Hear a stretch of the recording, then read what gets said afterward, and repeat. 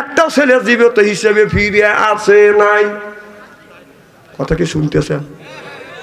এবার ছেলেটা বলতেছে, হুজুর যদি আপনি অনুমতি দেন এই মেয়েটাকে বিয়ে করব, কারণ এই মেয়ে ছাড়া আমি বাঁচবো না। মেয়ে রূপ দেখে যুবকটা বলেন পাগল হয়ে গেছে। এবার চাচা বারবার বুঝাচ্ছে, বাবা এই যে রাজার মেয়ের একবার না দুইবার নাই 9টা বিয়ে হয়েছে, স্বামী নিয়ে বাসর ঘরে গেছে, আপনার বাসর ঘরে গেছে, লাশ হয়ে বাজান বের হয়েছে, একটা মানুষ বাঁচে নাই। বাবা তুমি সেই মেয়েটাকে বিয়ে করতে চাও? বলো বাবা আমি যদি মরে যাই আমার কোনো দুঃখ নেই, একটা দিনও যদি মেয়েটাক নিয়ে বাসর ঘর করি আমার জীবন সার্থক হয়ে যাবে, আমি মরে যাই তাতে আমার দুঃখ নাই। আমাদের দেশের যুবকরাও আছে, মরে যাই যাবো, ওকে আমি বিয়ে করেই ছাড়বো। কতক্ষণ? হ্যাঁ, ভালোবাসা কি এত ভালোবাসা আমার ভাইরা আমার। এবার চাচা বললো ভাতিজা ঠিক আছে তুমি বিয়ে করো। এবার বর্ধন বিয়ে হয়ে গেল। বিয়ে যখন হয়ে গেল বাসর ঘরে চলে গেল, সব মানুষ মনে মনে চিন্তা করতেছে কার ছেলে আইছে জীবন দেওয়ার জন্য। এবার ছেলেটা যখন বাসর ঘরে যাবে, এবার চাচা বলে বেটা তুমি যখন বাসর ঘরে যাবা, বিবি যখন ঘুমাইবে, বিবি যখন তোমাকে কাছে ডাকবে, তখন বলবে বিবি আমি একটু বাইরের থেকে আসি, আমি একটু পেশাব করব, আমি ইস্তেঞ্জায় যাব। তখন তো ইস্তেঞ্জা বাদান ঘরের মধ্যে ছিল না, টয়লেট ঘরে ছিল না, বাহিরে ছিল। এবার তুমি এই কথা যখন বলবে, তুমি বদনায় একটু পানি নিয়ে বাবা বদনাটা নিয়ে তুমি আমার কাছে দেখা করিবে। এই বকল বলে দিল। যুবকটা বিয়ে করে বউ নিয়ে যখন বাসর ঘরে বাদান চলে গেল, বাসর ঘরে যাইয়া কোনো ব্যক্তি বাদান 2 রাকাত নামাজ পড়িয়া স্ত্রীর 4টে অঙ্গ যদি চুমো দেয়, চুমো দিয়ে 2 রাকাত নফল নামাজ পড়িয়া আল্লাহর কাছে যদি মোনাজাত করে, আপনার স্বামী স্ত্রীর জীবনের শুরু থেকে বাসর ঘরের আগ পর্যন্ত সগীরা গুনাহ আল্লাহ মাফ করে দেয়। যেরকম সুবহানাল্লাহ। বাসর ঘরে যাইয়া যারা যে যুবক তোমরা যারা বিয়ে করো নাই এদিক তাকাও, বাসর ঘরে যা 4টে চুমো দেওয়া লাগবে। হাদিস শরীফের মধ্যে আসছে কুব্বালাতে খাতনি, কুব্বালা দিয়া দি, কুব্বালা দিয়ে আসবে, কুব্বালা দিয়ে আইনা আইনি। বাসর ঘরে যাইয়া স্ত্রীর 4টে অঙ্গে চুমো দিয়া 2 রাকাত নামাজ পড়িয়া যদি আল্লাহর কাছে যদি মোনাজাত করো, স্বামী স্ত্রীর জীবন শুরু থেকে বাসর ঘরে রাখ পর্যন্ত স্বামী স্ত্রী যত সগীরা গুনাহ করবে সব গুনাহ আল্লাহ মাফ করে দিবে। যেরকম সুবহানাল্লাহ।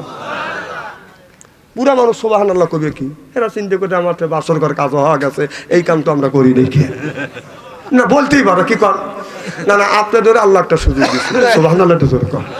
আপনাদের সুযোগ হলো ঈদুল আজহা আগের রাত্রিতে, আজকে রাত সকালবেলা ঈদ হবে। আজকে ঈশান নামাজ পর থেকে গরুর গলায় ছুরি দেওয়ার আগ পর্যন্ত স্বামী স্ত্রী আপনার বিবির 4টে অঙ্গে চুমো দিয়ে 2 রাকাত নফল নামাজ পড়িয়া আল্লাহর কাছে যদি দোয়া করেন, তাহলে স্বামী স্ত্রীর এই কোরবানির পর থেকে ওই কোরবানির গরুর গলায় ছুরি দেওয়ার আগ পর্যন্ত অর্থাৎ 1 বছরের গুনাহ আল্লাহ মাফ করে দিবে। সেই চুমা কোন জায়গা দেওয়া লাগবে কথা আমার কাছ থেকে শুনে যাওয়া লাগবে। কুব্বালা দিয়ে খাতনি, কুব্বালা দিয়ে এদি, কুব্বালা দিয়ে রেসবি, কুব্বালা দিয়ে আইনা আইনি। সুবহানাল্লাহ একটু জোরে কর। কিন্তু সেই চুমাটা আপনার বিবির অঙ্গের শরীরের মধ্যে কোন কোন জায়গা আছে এটা ইমামদের আলেমদের কাছে শোনা লাগবে। আন্দাজে যা তা জায়গা চুমো দিলে চলবে না। হ্যাঁ চুমো দেওয়ার জায়েজ আছে। তুমি যখন ওই উল্লাপাড়া শহরে যাবে, বিবিকে ডাক দিবে, বিবি আসো, যেই আসবে জরা ধরে কপালে একটা চুমো দিবে, একটা উমরা হজের সব আল্লাহ মোলামা লিখে দিবে। সুবহানাল্লাহ একটু জোরে কর।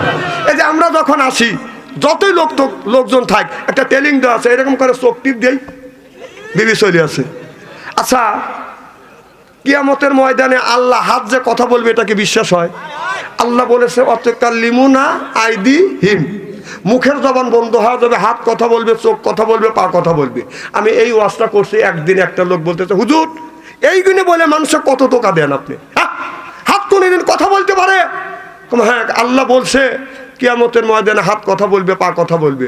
হুজুর তাহলে বাস্তবে প্রমাণ দেখান। আমি প্রমাণ দেখাতে পারি, কারণ আমি প্রমাণ ছাড়া ওয়াজ করি না।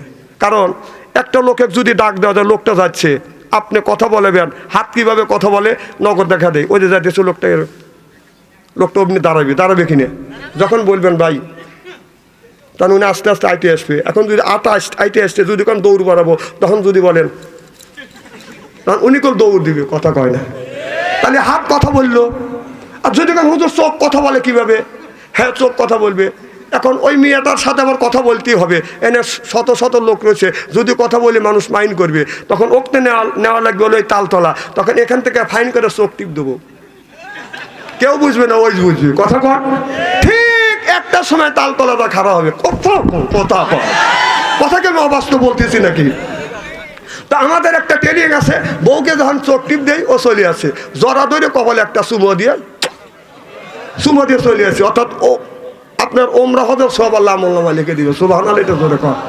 এই জন্যই যখন বাড়ির থেকে বাইরে যাবেন, বিবির ডাক দিয়ে কপালে একটা চুমো দিবেন, ওমরা হজর সব আল্লাহ আমল্লামা লিখে দিবে, সুবহানাল্লাহ, এটা জোরে কর। এখন একটা ওমরা হজ করতে গেলে 1,20,000 টাকা লাগে, আর 1,20,000 টাকাতে যেই সব পাবেন, সেই সব বিবির কপালে চুমো দিলে সেই সব পাবেন। মা বোনেরা শুনে বলতেছে, আছে শুনে আজকে বউ মারো, সব রয়েছে কোনে, একটু পরে কালেকশন করি। হ্যাঁ হ্যাঁ হ্যাঁ হ্যাঁ, মমতা, সেটাই বলতেছি। ওই যে মিয়া বাসর ঘরে গেছে, মেয়েটার এত সুন্দর চেহারা, খায়া মমতাজের মতো মোটা হয়ে গেছে। হ্যাঁ রে, মমতাজ আমাদের কত কথা কইছে, হ্যাঁ রে, আলেমদের গালি দিছে, আবার কইছে যে মোরগ মুরগি ফরজ গোসল করে নাই জীবনে, সেই মুরগির ডিম মোল্লা তুমি খাও দিয়ে কোন বিদেনে। আমার কথা হলো, ডিম তুই খাইস নেই, তুই ডিম খাচ্ছিস, এই তত মোটা হচ্ছিস। ও মমতাজ, একটা ভুলের কারণে সারা জীবন থাকতে হবে জেল হাজতে, একটি ভুলের কারণে সারা জীবন থাকতে হবে জেল হাজতে। কেউ যাবে না তোমা কাহাবার, কেউ যাবে না তোমায় দেখতে জেলের গেটেতে, একটা ভুলের কারণে সারা জীবন থাকতে হবে জেল হাজতে। জোরকান ঠিক কিনে? শুনছি মমতাজের 9টা জামাই, একটাও জেলের গেটে যায় না। যা এখন যা। আমার ভাইয়ের, আমার ছেলেটা বললো, বিবি আমি একটু স্ট্যান্ডায় যাবো। বদনা নিয়ে যখন আসছে, যা দেখা যায় মুরব্বী বসে আছে, হুজুর আমি বাসর ঘরে গেছি, বিবির কপালে চুমো দিছি, সুবহানাল্লাহ, এটা জোরে কর। হুজুর আপনার জন্য বিবির কাছে আমি কিছুই করতে পারি নাই, বাসর ঘরে করবো হুজুর, আমি কোনো কিছুই করি নেই হুজুর। এবার হুজুর বলল, বাবা আমি ফু দিলাম, এই মুখটা তুমি আটকা রাখবে। যখন এই পানিটা নিয়ে বলল, তোমার বিবিকে একটু এই পানি যে কোনোভাবে তুমি তোমার বিবিকে একটু পানি খাওয়াইবে, আর পানি যখন খাওয়াইবে, তোমার বিবির যখন